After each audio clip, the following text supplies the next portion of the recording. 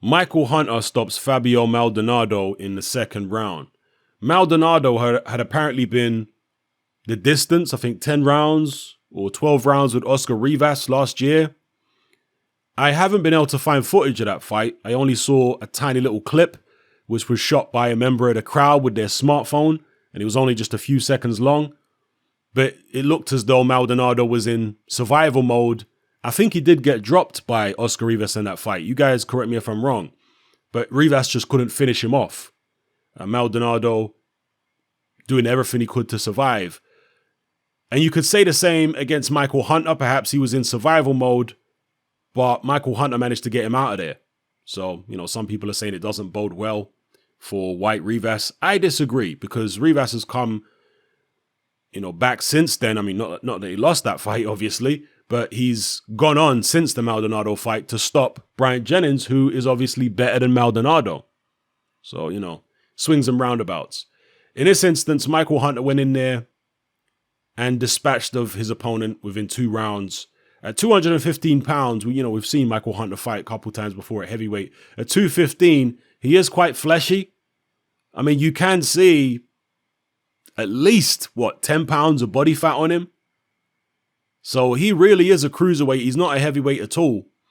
And some people are going to suggest that he needs to maybe do a weight regime where he's putting on a bit of extra muscle and losing fat. I'm not necessarily an advocate of fighters bulking up and putting on loads of muscle. I'm not necessarily an advocate for that. It might work for some guys, but it should not be a one-size-fits-all method of moving up in weight in terms of, putting on a bunch of muscle, staying in the gym and drinking loads of protein shakes. Nah, sometimes it can actually hinder you. It can slow you down. It can take away your biggest advantage moving up, which is usually speed. So Michael Hunter obviously has to experiment and find out what works best for him. But at the moment, he's winning, and he's winning in good fashion. So I have to imagine they're probably not going to change anything for the time being.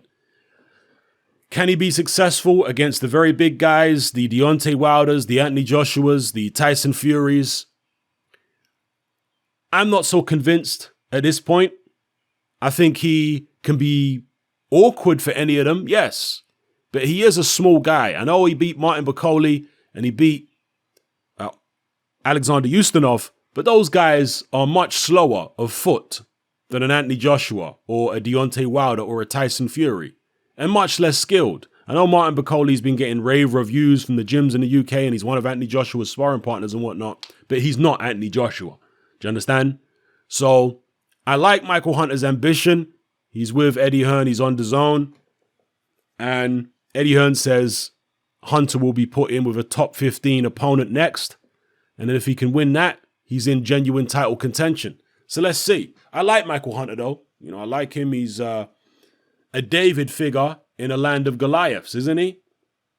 I mean, I know people say Deontay Wilder is a relatively small heavyweight in terms of body mass, but Deontay Wilder is absolutely ripped.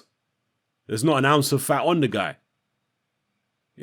and he's obviously got the height and reach of a 21st century heavyweight, whereas Michael Hunter is fleshy at 215 pounds, could definitely easily make cruiserweight again, no problem at all, just stripping that fat off him. And at 6'2", he's certainly not as big as the upper echelons of the heavyweight division, the likes of AJ, Fury, Wilder. I mean, even guys slightly below them, like the Kubrat Pull-ups of the world, he's 6'4.5". So Michael Hunter definitely a very small heavyweight, but he may be able to do something. He may be the kind of dark horse that shocks somebody along the way. So we'll see. Let me know what you guys think in the comment section below about Michael Hunter's performance and who you'd like to see him fight next. Because I'm not sure what's going on with Alexander Usyk. Again, I did hear a rumor online. I cannot verify the rumor. It could just be complete nonsense. But I did hear a rumor online that he may be departing from DAZN already and joining ESPN. If that's the case, they might want to put Michael Hunter in with, and even if that's not the case, even if Usyk stays on DAZN and is co-promoted by Matchroom, but decides not to fight Takam for whatever reason, they could put Michael Hunter in with Takam. So we'll see. Let me know what you guys think in the comment section below. It's happening, I'm out. Join me on Patreon. I upload a minimum of 2 podcasts every single week, covering a wide variety of controversial topics, as well as live stream Q&A sessions. Take a look on screen right now at some of the podcasts I've produced so far.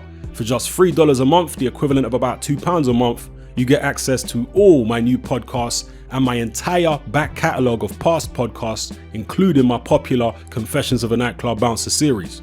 You can listen on your computer or on your smartphone or tablet by downloading the Patreon app from the Google Play Store or the App Store for free. The Patreon app also allows you to download each podcast in MP3. For less than the price of a cup of coffee, you get access to dozens of hours of exclusive content. It's easy to sign up, there's no contract, and you can cancel at any time. So come and join our community of free and critical thinkers by signing up with me here on Patreon today.